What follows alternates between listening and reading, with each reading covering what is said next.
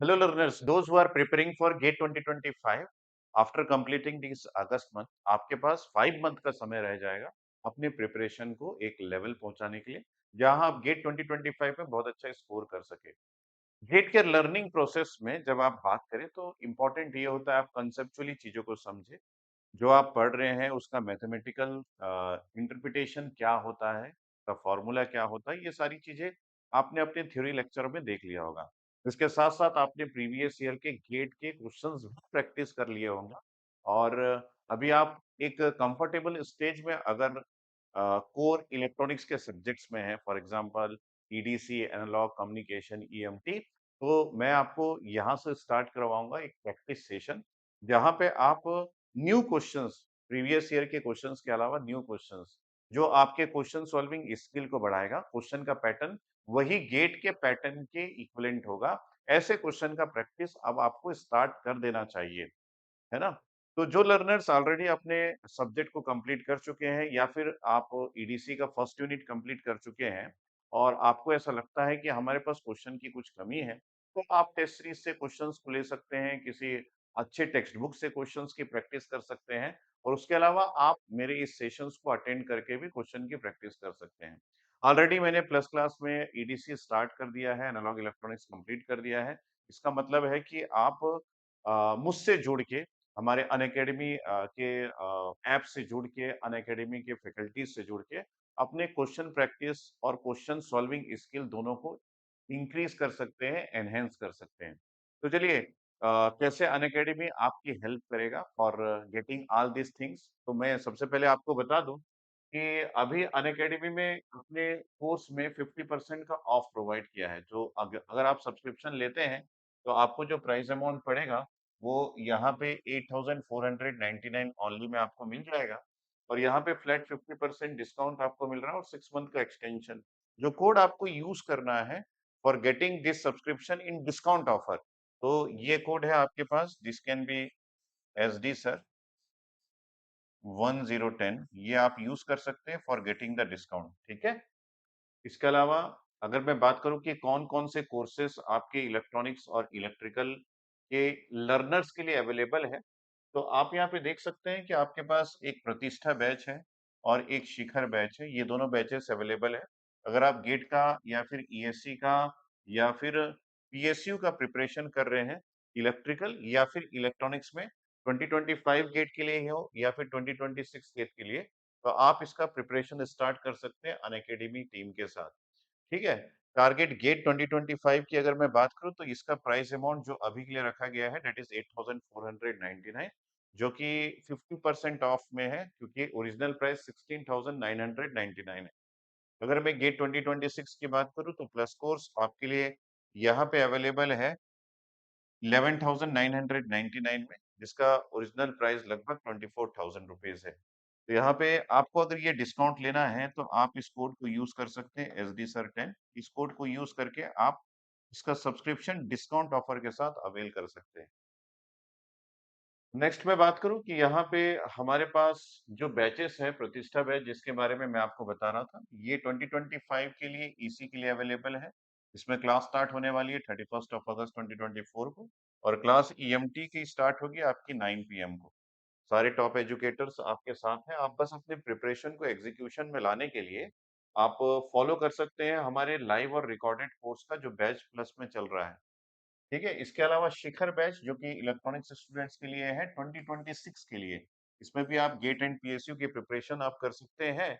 और मैं आपको बता दूं कि यहाँ पे भी 9 PM से 31 अगस्त से आपका गेट के लिए ईएमटी की क्लासेस स्टार्ट होने वाली है। कोड आप यूज करेंगे S D S I R 1010 for getting the discount offer. यहाँ पे आपके पास लिस्ट ऑफ बुक्स भी है जो कि गेट इलेक्ट्रिकल और गेट इलेक्ट्रॉनिक्स के लिए अवेलेबल है। तो अगर आप इलेक्ट्रिकल या फिर इलेक्ट्रॉनिक्स में आइकॉनिक सब्सक्रिप्शन लेते हैं तो आइकॉनिक सब्सक्रिप्शन के स्टूडेंट्स को ये सारे बुक्स जो कि आपके कोर और कॉमन सब्जेक्ट्स और उसके साथ साथ इंजीनियरिंग मैथमेटिक्स और एप्टीट्यूड के बुक्स है, ये होम डिलीवर्ड किया जाएगा आपको 15 डेज के अंदर। अगर आप सब्सक्रिप्शन आज लेते हैं तो विद इन 15 डेज आपको बुक होम डिलीवर्ड किया जाएगा। तो ये सारे बुक्स आपको हार्ड कॉपीज में मिलेंगे और हार्ड कॉपीज में पढ़ाई करना मतलब एक अलग लेवल का आपको फीलिंग देगा। डेफिनेटली आपके पास सारे नोट्स, उससे रिलेटेड क्वेश्चंस, ये सारा कुछ होना इम्पोर्टेंट है। आपको नोट्स को, अपने नोट्स को प्रिपेयर करने में भी ये बुक्स हेल्प करेगा। तो ये है अनअकैडमी के जो ऑफर्स है, जो आपके साथ आज की डेट में अवे आप कर सकते हैं सब्सक्रिप्शन के लिए। आप कोड यूज करेंगे, मैं आपको फिर से बता दूं, दैट कोड इज SDSIR10। ये कोड यूज करके आप सब्सक्रिप्शन ले सकते हैं, SDSIR10। Okay, so now we are going to start question solving. तो आपको मैं फटाफट यहाँ पे क्वेश्चन दूंगा, आप वीडियो को स्टॉप करके उस क्वेश्चन को खुद से सॉल्व करने की कोशिश कीजिएगा। अगर आपसे ना बने तो फिर वीडियो को स्टार्ट करके आप सॉल्यूशन देखिएगा। Okay, let's take today's question. Today I have the first question that is based on Fermi level. An intrinsic semiconductor is doped with an impurity concentration of 10 to the power 16 per centimeter cube. Assume the intrinsic carrier concentration Ni is equal to 1.5 into 10 to the power 10. तो आपके पास एक intrinsic semiconductor है जिसकी doping की गई है impurity concentration से, that is 10 to the power 16। अब ये जो इम्प्यूरिटी कंसंट्रेशन है, इसके बारे में ये डिटेल नहीं दिया गया है कि एक्सेप्टर है कि डोनर है, एन टाइप है कि पी टाइप का है। So we are taking this is either of N type, Na और Nd, but the concentration, the magnitude is given, which is 10 to the power 16 per centimeter cube, right? ठीक है। Assume the intrinsic carrier concentration Ni की value जो यहाँ पे आपको calculate करना है, दैट इज कैलकुलेटेड वैल्यू दिया गया है, that is 1.5 10 to the power 10 पर सेंटीमीटर क्यूब, ये वैल्यू दी गई। ठीक है, दो चीजें हमको मिल गई। And the thermal voltage Vt is equal to 26 millivolt. So we have the thermal voltage Vt, that is equal to 26 millivolt, which is equal to 0.026 volt, जो कि 300 केल्विन पे होता है। राइट, द फर्मी लेवल, या तो आप इसको electron volt भी ले सकते हैं, because if you are measuring the energy then the unit is different but the magnitude will be same. ठीक है, तो ये दो वैल्यूज आप यूज कर सकते हैं Vt का। The Fermi level in Fermi level in doped semiconductor, ये क्वेश्चन आपको पूछा गया है। तो ये फर्मी लेवल के एक्चुअल पोजीशन के बारे में पूछ रहा है बेस्ड ऑन द क्वेश्चन। और यहाँ पे goes down by 0.35 electron volt if the impurity is third group elements, मतलब इम्प्यूरिटी अगर एक्सेप्टर है तो फर्मी लेवल गोस नीचे चला जाएगा, किससे? आपके अनडोप्ड फर्मी लेवल से, मतलब EI से। क्योंकि पहली बात तो इसने इंट्रिंसिक सेमीकंडक्टर की कहानी बताई है। अगर इंट्रिंसिक सेमीकंडक्टर की कहानी बताई है तो ये गोस डाउन या फिर गोस अप किससे कंपेयर करके, किस रेफरेंस लाइन से कंपेयर करके ये बताने की कोशिश कर रहे हैं। ये एक्चुअली इंट्रिंसिक फर्मी लेवल के लाइन से बताने की कोशिश कर रहे हैं। तो ये क्वेश्चन आपका एक MSQ क्वेश्चन है। बस इतना बताने के बाद आप इस क्वेश्चन को सॉल्व करना स्टार्ट कर सकते हैं और मुझे ये आंसर कमेंट बॉक्स में बता सकते हैं कि इस क्वेश्चन का करेक्ट आंसर क्या होगा। MSQ that means multiple select question, में भी हो सकता है कि इस क्वेश्चन के दो आंसर हो, तीन आंसर हो या फिर चार आंसर। तो if you start solving after solve by yourself, you can watch the solution that is providing in this question by me। तो यहाँ पे हम कर सकते हैं कि हमारे पास, हाँ, so when we draw the energy band diagram, जब आप एक एनर्जी बैंड डायग्राम को ड्रॉ करते हैं, इधर आपके पास पी टाइप का है या फिर एन टाइप का है। In this diagram we have four lines. आपके पास चार लाइंस होता है, एक होता है ईसी के लिए, एक होता है ईवी के लिए, and starting again we have again two lines, that is intrinsic level which is exactly at the centre. अब आपके पास या तो, अगर ये डोनर एटम से डोप है तो आपका फर्मी लेवल इसी के जस्ट नीचे आएगा, जो कि इंट्रिंसिक फर्मी लेवल के ऊपर है। अगर आपका ये एक्सेप्टर टाइप का है तो आपका फर्मी एनर्जी लेवल ईवी के जस्ट ऊपर आएगा। सो position of EV and EC can be mentioned here. ये आपके पास ईवी है, ये आपके पास ईसी है, दिस इज EFN। ठीक है, अगर एन टाइप से डोपिंग होगी तो आपका फर्मी लेवल गोज अप हो जाएगा। गोज अप मतलब कितने वैल्यू से अप होगा, ये इन दोनों के एनर्जी डिफरेंस से आपको पता चल पाएगा, EFN और EI से।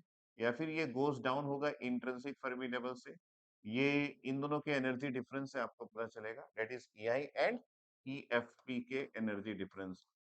ठीक है, EFP की एनर्जी डिफरेंस है। तो हमको यहाँ पे दो वैल्यूज कैलकुलेट करनी पड़ जाएगी और उन दोनों वैल्यूज को कैलकुलेट करने के लिए जो हमारा इक्वेशन है, उस इक्वेशन को आप देख सकते हैं। We can write this is, अगर हम लोग लिखें कि EFN माइनस EI, है ना, EFN minus EI is equal to KTLN, this is ND by NI हमारा फॉर्मूला होता है। So by using this formula, we can find out the answer. And next is we can write this is EI minus EFP. ठीक है, this can be also written as this is KT LN, we have NA divided by NI, ये हमारा formula होता है। ये बहुत ही important formula है। इसको हम VT LN ND by NI लिख सकते हैं, है ना, क्योंकि आपको VT की वैल्यू दी गई है, आप KT को VT के फॉर्म में रिप्रेजेंट कर सकते हैं। This is NA by NI। तो after putting all this formulas, आप यहाँ पे वैल्यूज पुट अप कर सकते हैं, दैट इज 0.026 LN। और डोपिंग कंसंट्रेशन अगर हम इसको ND माने तो 10 टू द पावर 16 है, तो this is 10 to the power 16 divided by intrinsic concentration is also given, and that is 1.5 into 10 to the power 10, so we can put this is 1.5 into 10 to the power 10। ठीक है, इससे आपको एक answer मिलेगा। यहाँ पे 0.026 LN we are having, this is 10 to the power 16 divided by 1.5 into 10 to the power 10।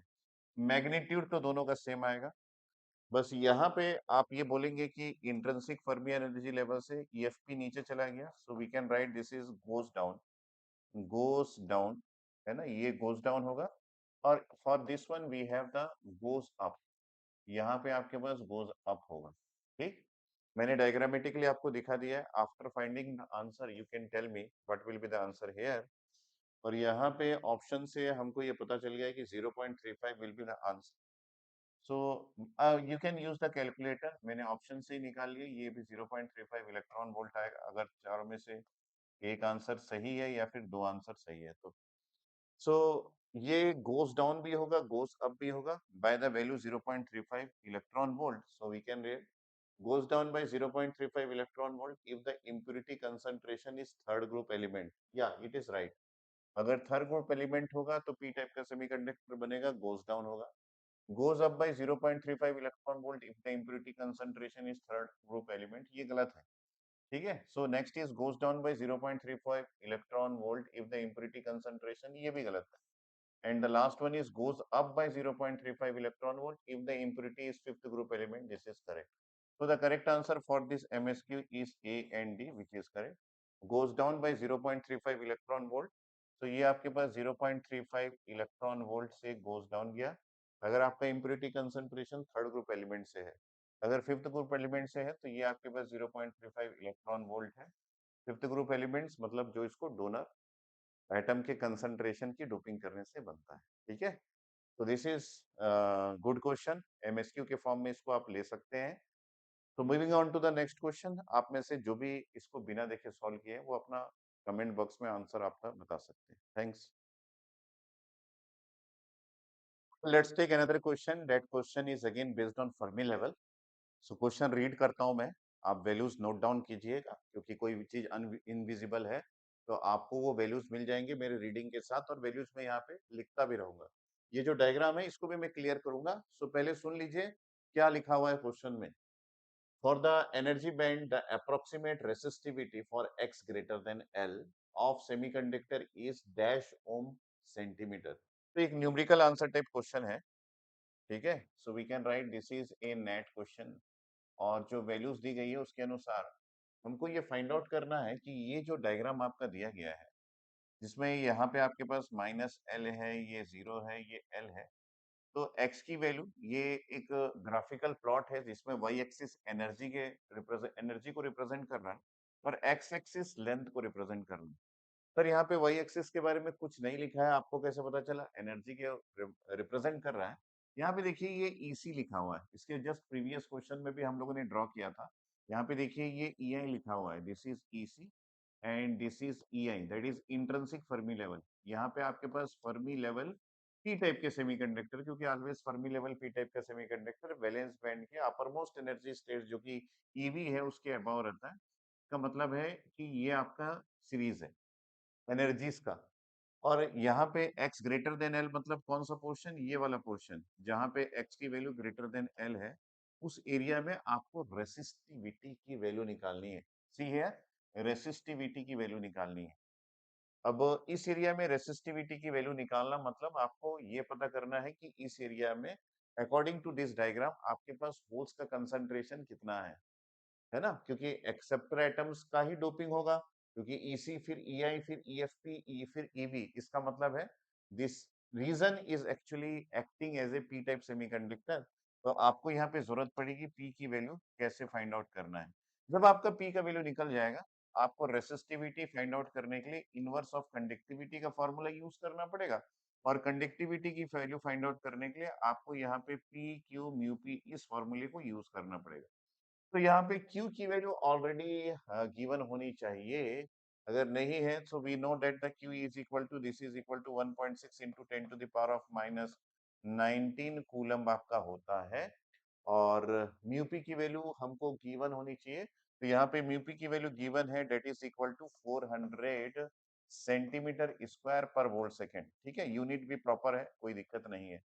यहाँ पे एक चीज आपको जरूरत पड़ेगी, डेट इज केटी की value, that is equal to 0.026 हम ले लेते हैं इलेक्ट्रॉन वोल्ट में, मैंने इसको मेंशन कर दिया।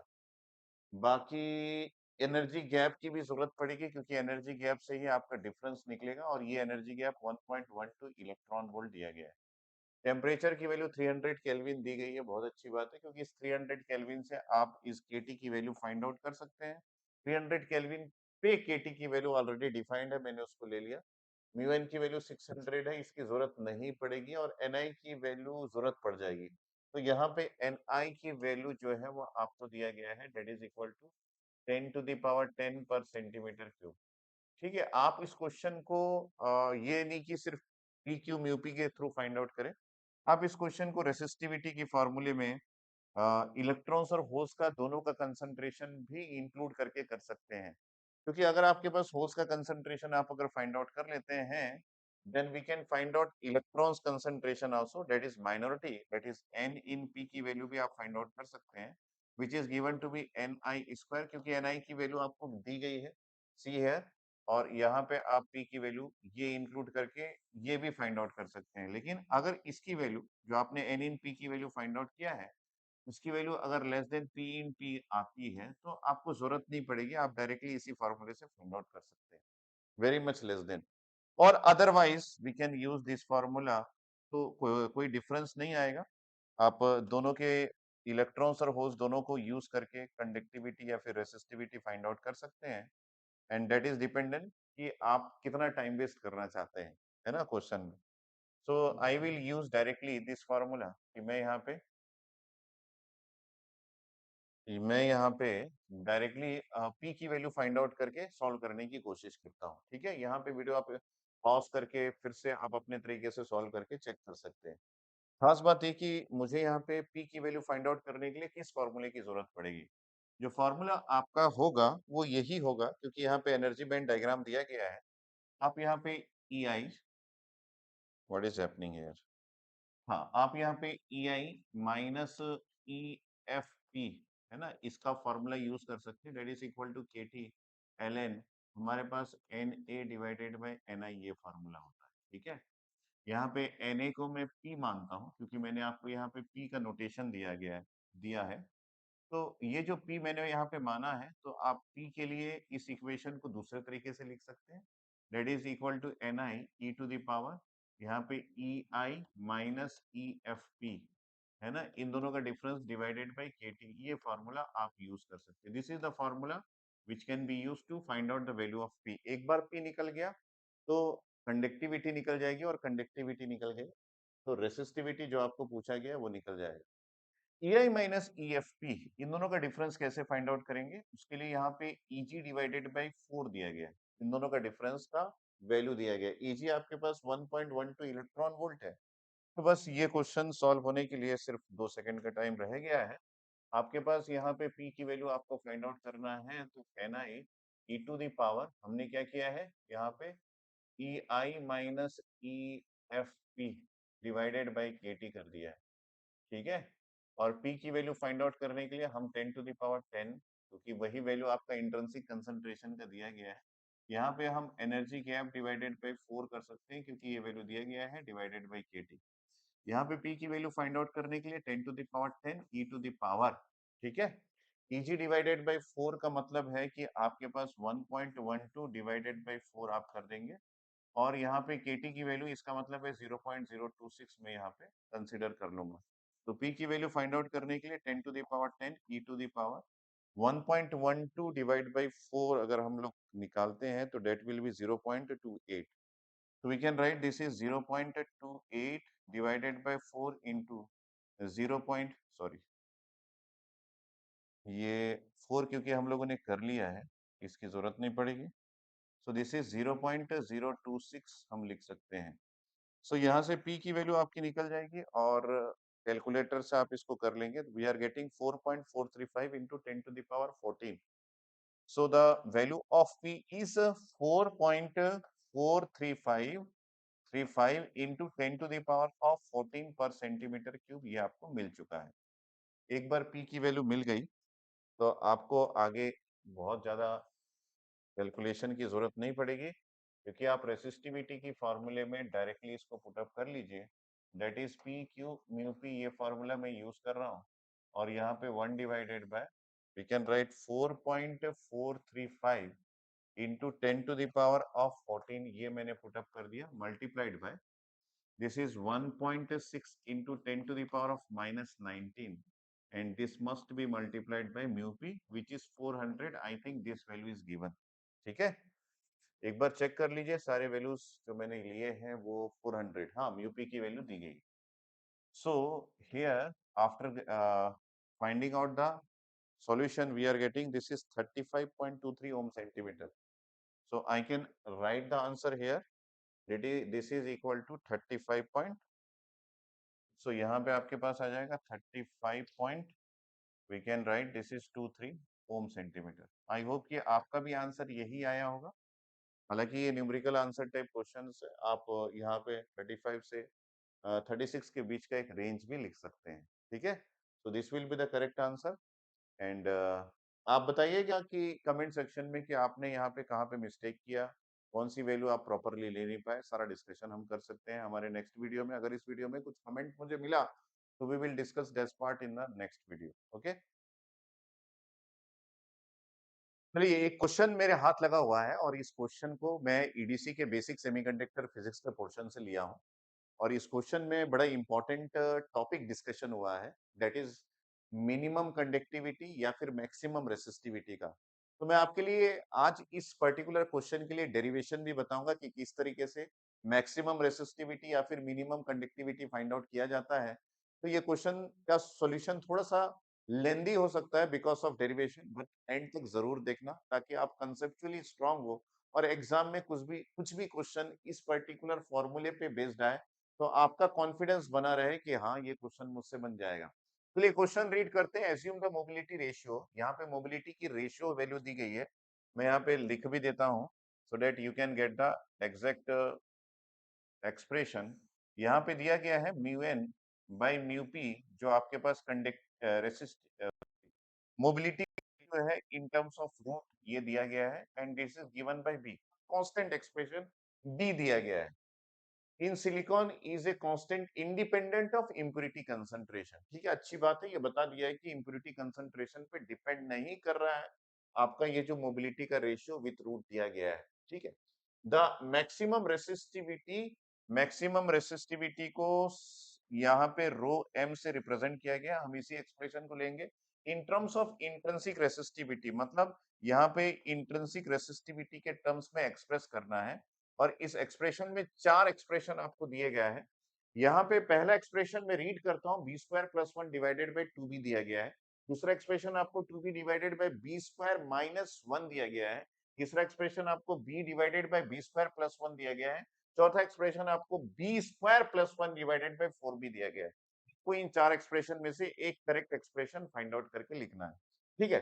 तो मैं यहाँ पे इस क्वेश्चन को जब सॉल्व करना चालू करता हूँ तो सबसे पहले मुझे ये पता होना चाहिए कि इनकी रेशियो को मैं कैसे एक्सप्रेस करूंगा।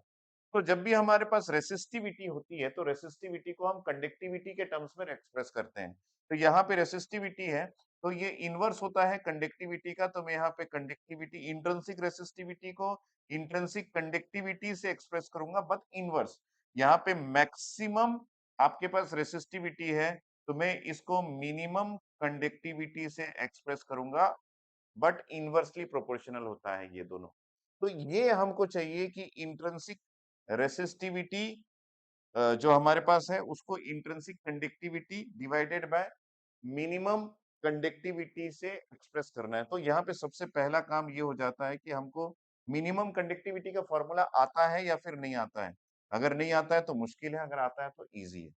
यहाँ पे सबसे पहले इस वैल्यू को एक्सप्रेस करते हैं कि आपके पास कंडक्टिविटी का इंट्रिंसिक का फॉर्मूला क्या होता है।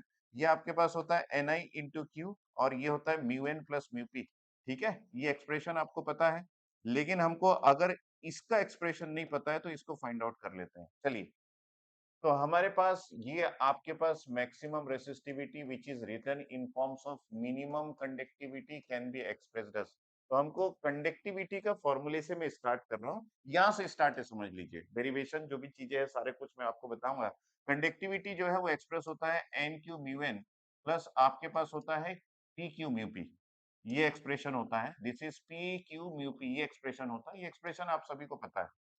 अब यहाँ पे आपको अगर मिनिमम वैल्यू फाइंड आउट करना है तो आपको सबसे पहले ये फाइंड आउट करना पड़ेगा एन और पी को किस तरीके से एक्सप्रेस करेंगे जब आपकी कंडक्टिविटी मिनिमम होगी। तो हमको कोई भी कंडक्टिविटी की वैल्यू को फाइंड आउट करने के लिए हमको इलेक्ट्रॉन्स और होल्स का कंसंट्रेशन चाहिए। उसी प्रकार मिनिमम कंडक्टिविटी को फाइंड आउट करने के लिए भी हमको एन और पी का एक्सप्रेशन चाहिए कि जब मिनिमम कंडक्टिविटी होगा तो एन और पी किस तरीके से एक्सप्रेस होगा। We are going to find out the value of n question mark and value of p question mark when we have to find out, when we are going to find out the minimum conductivity। ठीक है, तो इसके लिए आपको क्या करना पड़ेगा, थोड़ा सा आपको मैथमेटिक्स यूज करना पड़ेगा, मैं भी यहाँ पे करूंगा। अब ध्यान से देखते रहिएगा। सो यहाँ पे सबसे पहले हम यूज कर लेते हैं मास एक्शन लॉ को। मास एक्शन लॉ जो कि आप हर कहीं यूज कर सकते हैं, और इस मास एक्शन लॉ से क्या होता है, ये दो वेरिएबल्स जो n और p है ये एक वेरिएबल में रिप्रेजेंट हो जाएगा। तो आप ये लिख सकते हैं p के लिए आप ni square divided by n लिख सकते हैं। अगर आप ऐसा लिखते हैं तो ये जो एक्सप्रेशन है ये आपका हो जाएगा this is n Q mu n, और प्लस आपके पास हो जाएगा this is ni square divided by n into q, और इसके साथ हो जाएगा म्यू p। ठीक है, ये मैंने एक्सप्रेस कर दिया। क्या करेंगे कि हमको ये पता है मैथमेटिकली कि अगर आप किसी भी चीज की मिनिमम या फिर मैक्सिमम वैल्यू फाइंड आउट करना चाह रहे हैं और वो आपके पास एक वेरिएबल से रिप्रेजेंट है, तो एक ग्राफिकली मैं आपको शो करता हूँ कि मान लीजिए मैं एक्स एक्सिस में एन को ले लेता हूँ क्योंकि एक वेरिएबल है इलेक्ट्रॉन्स का कंसंट्रेशन, और यहाँ पे मैं कंडक्टिविटी को ले लेता हूँ और आपके लिए ग्राफ ड्रॉ करता हूँ। Suppose this will be the graph. हमको ये पता है कि ये जो पॉइंट है ये पॉइंट इसका मैक्सिमम हो सकता है, किसका, कंडक्टिविटी का, और ये जो पॉइंट है ये आपका मिनिमम कंडक्टिविटी हो सकता है। लेकिन इस पॉइंट को फाइंड आउट करने के लिए हम क्या करते हैं कि यहाँ पे जो स्लोप है उस स्लोप को जीरो से इक्वेट कर देते हैं। Slope will be equal to zero, क्योंकि इन दोनों पॉइंट्स में स्लोप की वैल्यू आपके पास जीरो होती है। और स्लोप की वैल्यू फाइंड आउट करने के लिए हम क्या करेंगे, ये जो इसकी डेरिवेटिव फाइंड आउट करेंगे, और यहाँ पे भी इसकी derivative conductivity with DN find out करेंगे। तो सबसे पहले हमको यही करना है, जो आपको कंडक्टिविटी का एक्सप्रेशन है that is sigma is equal to this is N Q mu N plus आपके पास है this is N I square divided by N, और उसके साथ क्यू, और यहाँ पे म्यू पी है।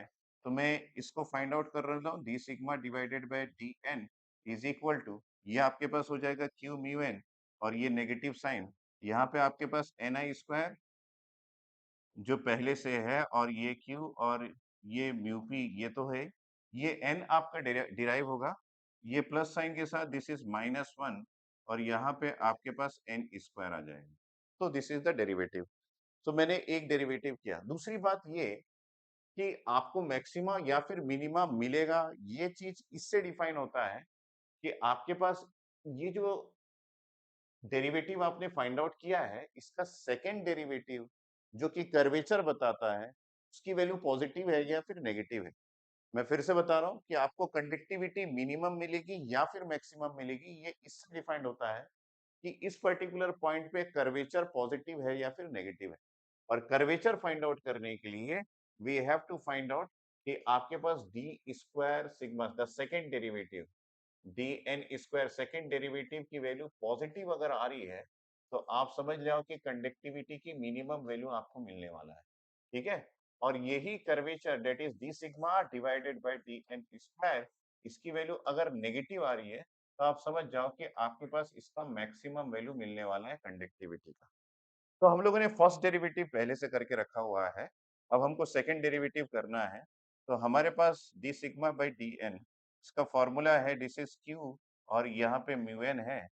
और एक बार चेक कर लीजिए यहाँ पे आपने क्या लिखा है, ठीक है।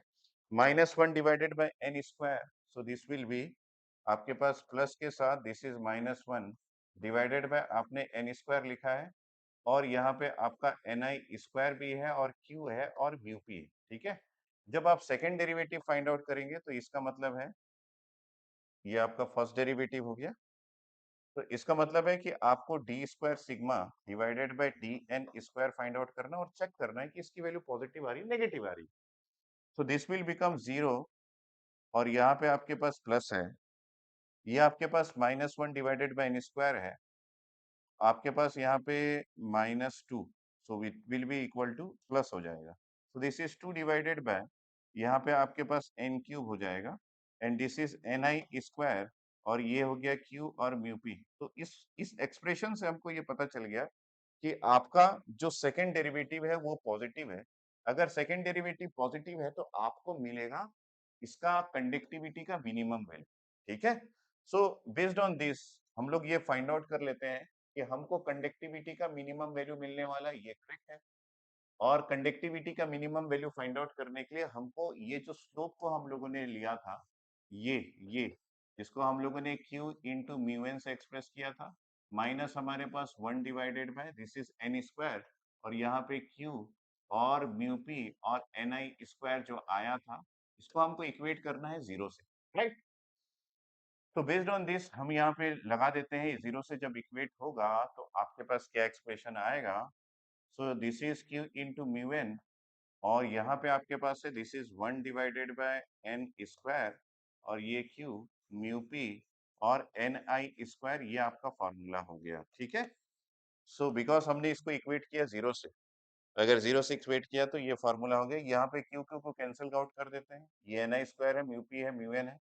इसका मतलब है एन स्क्वायर का फॉर्मूला आपके पास क्या आ जाएगा, this will be N I square और यहाँ पे आप लिख सकते हैं और क्या आ जाएगा, दिस विल बी रूट, तो हम यहाँ पे जब चेंज करेंगे तब लगा देंगे, this is mu P divided by mu N, check कर लीजिए ये आपका फॉर्मूला होगा। सो हमारे पास एन का एक्सप्रेशन आ गया जब आपका कंडक्टिविटी की मिनिमम वैल्यू है। So this will be N आई और with this root this is express by mu P divided by आपके पास हो गया म्यू एन, ये आपका पहला फॉर्मूला हो गया। तो यहाँ पे now we can do the second thing that is, अगर आपके पास n का एक्सप्रेशन आ गया मिनिमम कंडक्टिविटी तो p के एक्सप्रेशन को भी मिनिमम कंडक्टिविटी में फाइंड आउट कर लेते हैं। That will be N I square divided by n, n का एक्सप्रेशन आपके पास ऑलरेडी है, so we can write this is N I square divided by this is N आई और यहाँ पे आपके पास root over this is mu P divided, यहाँ पे आपके पास हो जाएगा mu n divided by mu P, ये आपका एक्सप्रेशन हो गया p का। So p is equal to this is N i, आपके पास हो गया this is root over this is mu n divided by mu p, this is the final expression. तो ये हो गया कंडक्टिविटी के मिनिमम वैल्यू पे n और p का एक्सप्रेशन, ठीक। अब हम कंडक्टिविटी का मिनिमम जो वैल्यू है उसका एक्सप्रेशन फाइंड आउट कर लेते हैं, क्योंकि यहाँ पे हमको n लिखना है तो n के बदले में ni लिख देता हूँ, दिस इज रूट ओवर आपके पास हो जाएगा this is mu P divided by mu n and this is n और ये हो गया q और ये हो गया आपके पास म्यू एन प्लस आपका p है ni रूट ओवर, यहाँ पे आपके पास हो गया mu n divided by mu P और उसके साथ हो गया q और ये हो गया म्यू पी, ये आपका एक्सप्रेशन हो गया, ठीक। So now we can use this expression कि यहाँ पे हम क्या कर सकते हैं, this n i will be दोनों में है तो इसको कॉमन ले लेते हैं, म्यू क्यू को कॉमन ले लेते हैं और उसके बाद ब्रैकेट के अंदर आप लिख सकते हैं दिस इज म्यू पी और यहाँ पे म्यू एन का स्क्वायर ले लेते हैं and this is mu N plus आपके पास हो जाएगा root over this is mu n and this will be mu p का square divided by mu P, ये एक्सप्रेशन में ले लिया। And finally we can write this is N i into q, और ये आपके पास हो जाएगा this is mu n cancel, this is 2 root over this is mu N plus mu P, sorry mu n into mu P, ये आपका expression हो गया मिनिमम कंडक्टिविटी का जिसकी आप तलाश कर रहे थे। ठीक है, तो हम अब फाइनली ये कर लेते हैं कि हमारे पास जो क्वेश्चन के अकॉर्डिंग मैक्सिमम जो आपके पास रेसिस्टिविटी है और इंट्रिंसिक जो आपका रेसिस्टिविटी है, इसके फॉर्मूले को कंप्लीट कर लेते हैं। इंट्रिंसिक रेसिस्टिविटी के लिए आपके पास है n i into q, this is mu N plus mu P, ये आपका फॉर्मूला है। और मैक्सिमम रेसिस्टिविटी के लिए जो मिनिमम कंडक्टिविटी का फॉर्मूला है दैट इज ट्वाइस क्यू, और एन आई आपके पास है root over this is mu n into mu P, ये आपका फॉर्मूला। ठीक है, सो यहाँ पे एन आई कैंसिल हो गया, क्यू क्यू कैंसिल हो गया, और आपका बच गया this is mu N plus आपका म्यू पी है, and this is twice of root over this is mu n into mu P, ये फॉर्मूला आपका निकल के आया है। अब इस फॉर्मूले में थोड़ा सा इसको कंसाइज कर लेते हैं, और यहाँ पे 1/2 में बाहर रखता हूँ, और दिस इज म्यू एन जो आपके पास है, इसमें हमारे पास mu n into mu p का डिवीजन कर लिए। अगर मैं इसमें होल रूट लगा दूं तो ये स्क्वायर हो जाएगा। ठीक है, प्लस आपके पास यहाँ पे म्यू पी का स्क्वायर हो जाएगा, and this is whole root अगर मैं कर दूं तो यहाँ पे mu n into mu p हो जाएगा, and that will be the complete part. So यहाँ पे हाफ कर लेते हैं, और यहाँ पे रूट ओवर, ये म्यू एन और म्यू पी है, तो यहाँ पे आपके पास बच जाएगा mu n divided by mu P, और प्लस आपके पास हो जाएगा दिस इज रूट ओवर यहाँ पे mu P divided by mu n, ये एक्सप्रेशन आपका बच गया। ठीक है, अब आप देखिए कि आपको क्वेश्चन में ना root over mu n mu p का एक्सप्रेशन दिया गया है, तो बस यहाँ पे वो एक्सप्रेशन आपका बी है, तो यहाँ पे maximum conductivity divided by intrinsic conductivity इसी टर्म्स में आपको पूछा गया है। आपके पास 1/2, यहाँ पे आपके पास हो जाएगा this is root over mu N by mu p, आपका बी से एक्सप्रेस हुआ है, और यहाँ पे root over mu p by mu n, ये आपका 1/b हो जाएगा। So in that 1/2 next we are having this is b square plus 1 divided by b, ये आपका एक्सप्रेशन हो जाएगा। So I can write this is b square plus 1 divided by 2b will be the answer for this question. ठीक है, तो सारा कुछ मैंने डिटेल में बता दिया है। अगर आप इस क्वेश्चन को लेंगे तो आप कभी भी मिनिमम कंडक्टिविटी या फिर मैक्सिमम रेसिस्टिविटी के पार्ट में नहीं फंसेंगे। यहाँ पे आपके पास जो आंसर आया वो ये आया है, that is b square plus 1 divided by 2b, which is the correct answer. Okay,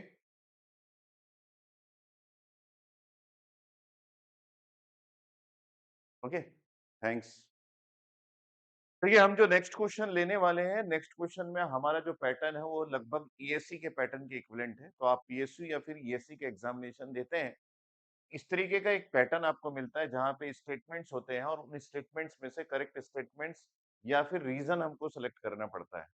एक बार रीड करते हैं question, examining this two statements carefully and select the correct answer to each of this items using the code given below. तो ये code आपको दिया गया है। पहला कोड ये है कि both statement 1 and statement 2 are individually true and statement 2 is the correct explanation of statement 1। ठीक है, similarly both statement 1 and statement 2 are individually true but statement 2 is not the correct explanation of statement 1, ये दिया गया है। Third statement ये है कि statement 1 is true but statement 2 is false. Fourth ये है, fourth code, statement 1 is false but statement 2 is true. Question ये है, यहाँ पे देखिए आपके पास क्वेश्चन है, और क्वेश्चन में ये दिया गया है स्टेटमेंट 1 है ना, पहले क्वेश्चन का, at higher temperature impurity scattering is reduced. Higher temperature में इम्प्यूरिटी स्कैटरिंग जो है वो रिड्यूस हो जाता है, ये स्टेटमेंट दिया गया है। स्टेटमेंट 2 ये है, आप वीडियो के कमेंट सेक्शन में ये बताना मुझे कि आपको ये जो यहाँ पे लिखी गई है वो क्लियरली विजिबल है कि नहीं है। अगर नहीं तो I will take the next step. Statement 2 जो है वो at higher temperature material tends to be intrinsic. जब हायर टेम्परेचर आता है तो मटेरियल जो है वो इंट्रिंसिक हो जाता है। तो दोनों स्टेटमेंट को कंपेयर करते हैं और समझने की कोशिश करते हैं कि ये क्या बोल रहा है। एक्चुअली ये जो पहला स्टेटमेंट है, इसके बारे में आपको ऑलरेडी मैंने क्लास में बताया हुआ है, अगर नहीं तो आप मेरे कोर्स को फॉलो कर सकते हैं। ये जो स्टेटमेंट आपको लिखाया गया है, इस स्टेटमेंट के बेस पे हम ये बोल सकते हैं, व्हाइट बोर्ड ले लेता हूं मैं। हम ये बोल सकते हैं कि हमारे पास एक ग्राफिकल प्लॉट होता है और इस ग्राफिकल प्लॉट के बेस्ड पे ही ये स्टेटमेंट लिखा गया है। इस ग्राफिकल प्लॉट में हम ये डिजाइन करते हैं कि जब हम हायर टेम्परेचर में वर्क करते हैं तो कौन सी चीजें डोमिनेटिंग होती है। ठीक है, so just I am drawing that graph. तो ये ग्राफ जो है वो टेम्परेचर वर्सेस मोबिलिटी का है। अगर यहाँ पे मैं टेम्परेचर लूँ and in this direction we are taking mobility, तो आपको एक ग्राफ कुछ इस तरीके का दिखता है। मतलब हम बोल सकते हैं कि जब आप लोअर टेम्परेचर्स में आते हैं, जब यहाँ पे आपके पास टेम्परेचर की वैल्यू लो है, लो टेम्परेचर में जब आप वर्क कर रहे हैं, तो आपकी मोबिलिटी जो है वो डिक्रीज होती है as we are moving towards low temperature. कारण ये है मोबिलिटी डिक्रीज होने का, क्योंकि यहाँ पे दो प्रकार की स्कैटरिंग मैकेनिज्म वर्क करती है, एक इम्प्यूरिटी स्कैटरिंग और एक जो है वो आपका लैटिस स्कैटरिंग। तो ये जो इम्प्यूरिटी स्कैटरिंग है, ये लोअर टेम्परेचर में डोमिनेटिंग होता है। जब आप लोअर टेम्परेचर में हैं तो यहाँ पे इम्प्यूरिटी स्कैटरिंग की वजह से आपकी मोबिलिटी जो है वो डिक्रीज होती है।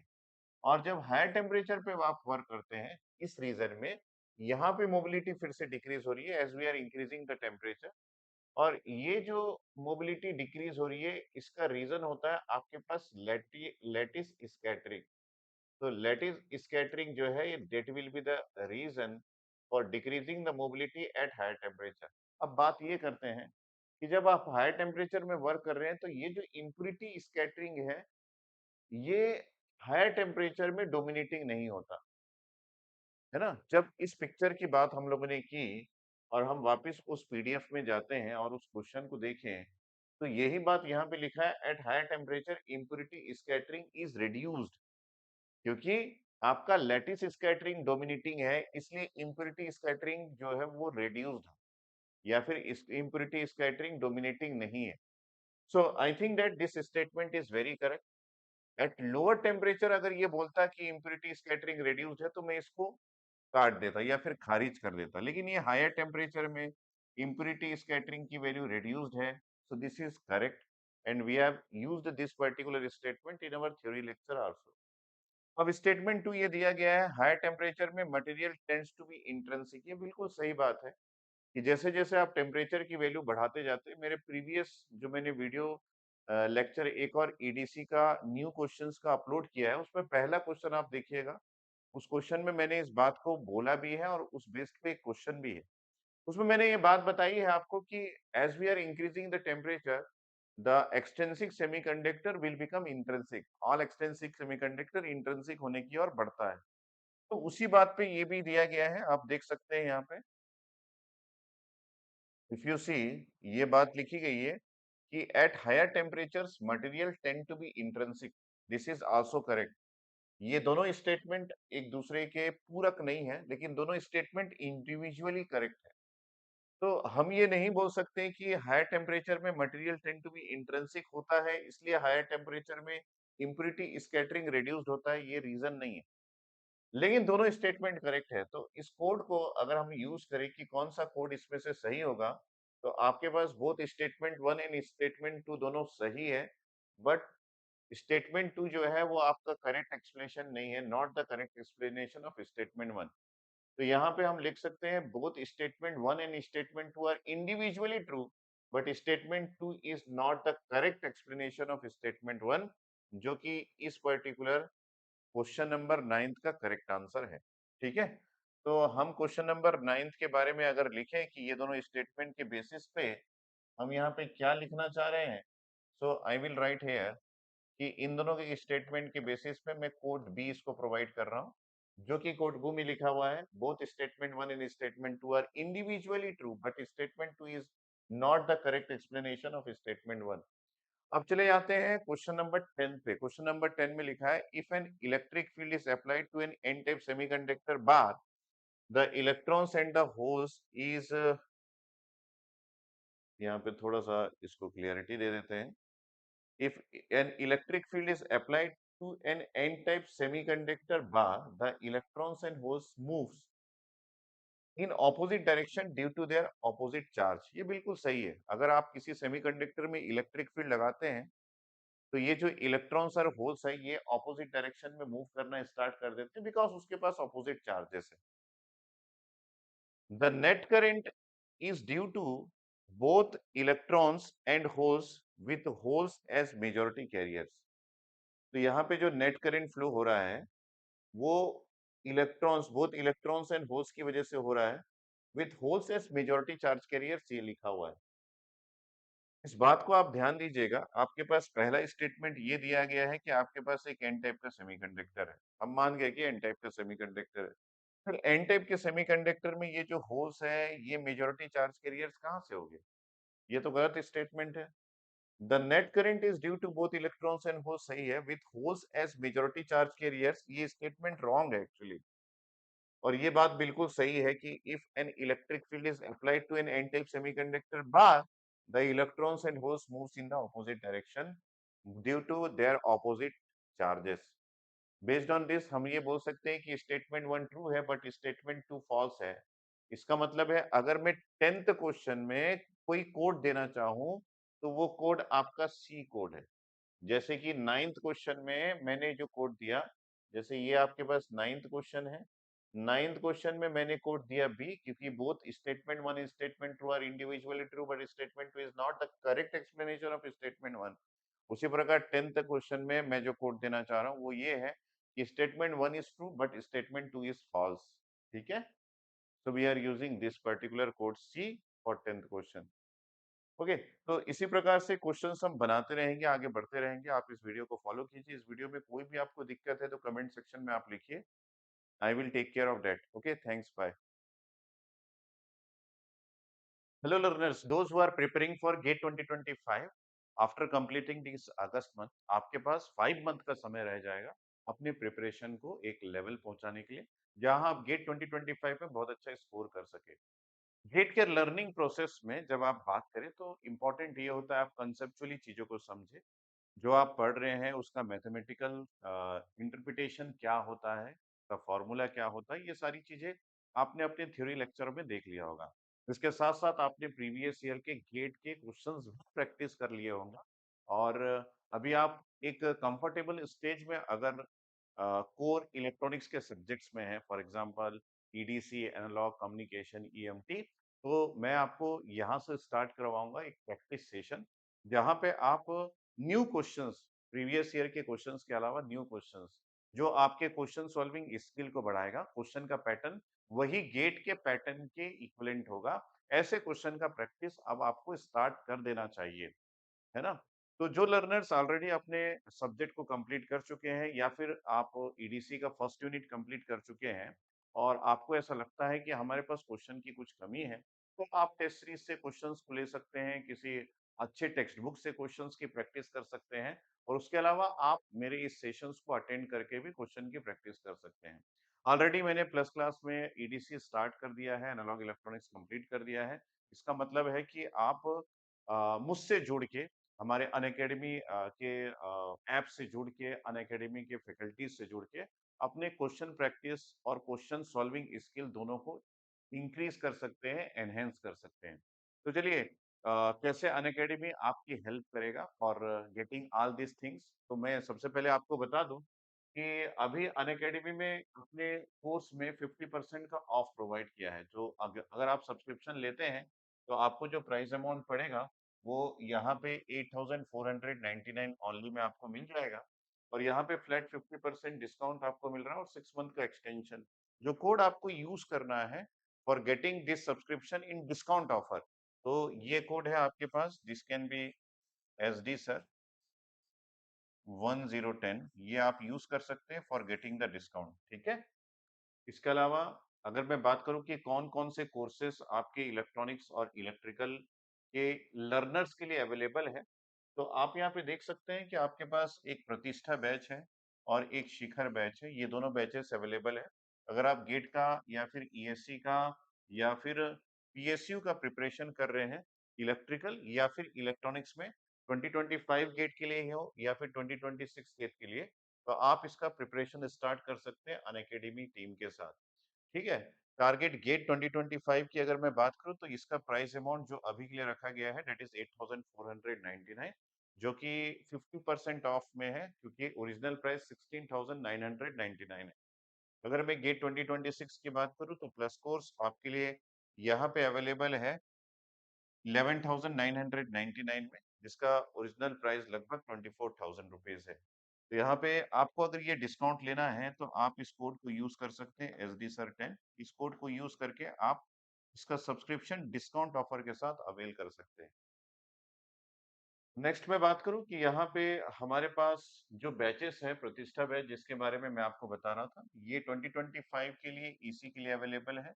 इसमें क्लास स्टार्ट होने वाली है 31st ऑफ अगस्त 2024 को और क्लास ईएमटी की स्टार्ट होगी आपकी 9 पीएम को। सारे टॉप एजुकेटर्स आपके साथ हैं, आप बस अपने प्रिपरेशन को एग्जीक्यूशन में लाने के लिए आप फॉलो कर सकते हैं हमारे लाइव और रिकॉर्डेड कोर्स का जो बैच प्लस में चल रहा है। ठीक है? इसके अलावा शिखर बैच जो कि इलेक्ट्रॉनिक्स स्टूडेंट्स के लिए है 2026 के लिए। इसमें भी आप गेट एंड पीएसयू की प्रिपरेशन आप कर सकते हैं और मैं आपको बता दूं कि यहाँ पे भी 9 पीएम से 31st अगस्त से आपका गेट के लिए ईएमटी की क्लासेस स्टार्ट होने वाली है। कोड आप यूज करेंगे SDSIR1010 for getting the discount offer. यहाँ पे आपके पास लिस्ट ऑफ बुक्स भी है जो कि गेट इलेक्ट्रिकल और गेट इलेक्ट्रॉनिक्स के लिए अवेलेबल है। तो अगर आप इलेक्ट्रिकल या फिर इलेक्ट्रॉनिक्स में आइकॉनिक सब्सक्रिप्शन लेते हैं, तो आइकॉनिक सब्सक्रिप्शन के स्टूडेंट्स को ये सारे बुक्स जो कि आपके कोर और कॉमन सब्जेक्ट्स और उसके साथ-साथ इंजीनियरिंग मैथमेटिक्स और एप्टीट्यूड के बुक्स है, ये होम डिलीवर्ड किया जाएगा आपको 15 डेज़ के अंदर। अगर आप सब्सक्रिप्शन आज लेते हैं, तो विथिन 15 डेज़ आपको बुक होम डिलीवर्ड किया जाएगा। तो ये सारे बुक्स आपको हार्ड कॉपीज़ में मिलेंगे और हार्ड कॉपीज़ में पढ़ाई करना मतलब एक अलग लेवल का आपको फीलिंग देगा। डेफ़िनेटली आपके पास सारे नोट्स, उससे रिलेटेड क्वेश्चंस ये सारा कुछ होना इम्पोर्टेंट है। आपको नोट्स को अपने नोट्स को प्रिपेयर करने में भी ये बुक्स हेल्प हेल्प करेगा। तो ये है अनअकैडमी के जो ऑफर्स है जो आपके साथ आज की डेट में अवेल आप कर सकते हैं सब्सक्रिप्शन के लिए। आप कोड यूज़ करेंगे, मैं आपको फिर से बता दूँ, दैट कोड इज़ एसडीसर10। ये कोड यूज़ करके आप सब्सक्रिप्शन ले सकते हैं। SDSIR10। Okay? So now we are going to start question solving. तो आपको मैं फटाफट यहाँ पे क्वेश्चन दूँगा। आप वीडियो को स्टॉप करके उस क्वेश्चन को खुद से सॉल्व करने की कोशिश कीजिएगा। अगर आपसे ना बने तो फिर वीडियो को स्टार्ट करके आप सॉल्यूशन देखिएगा। ओके?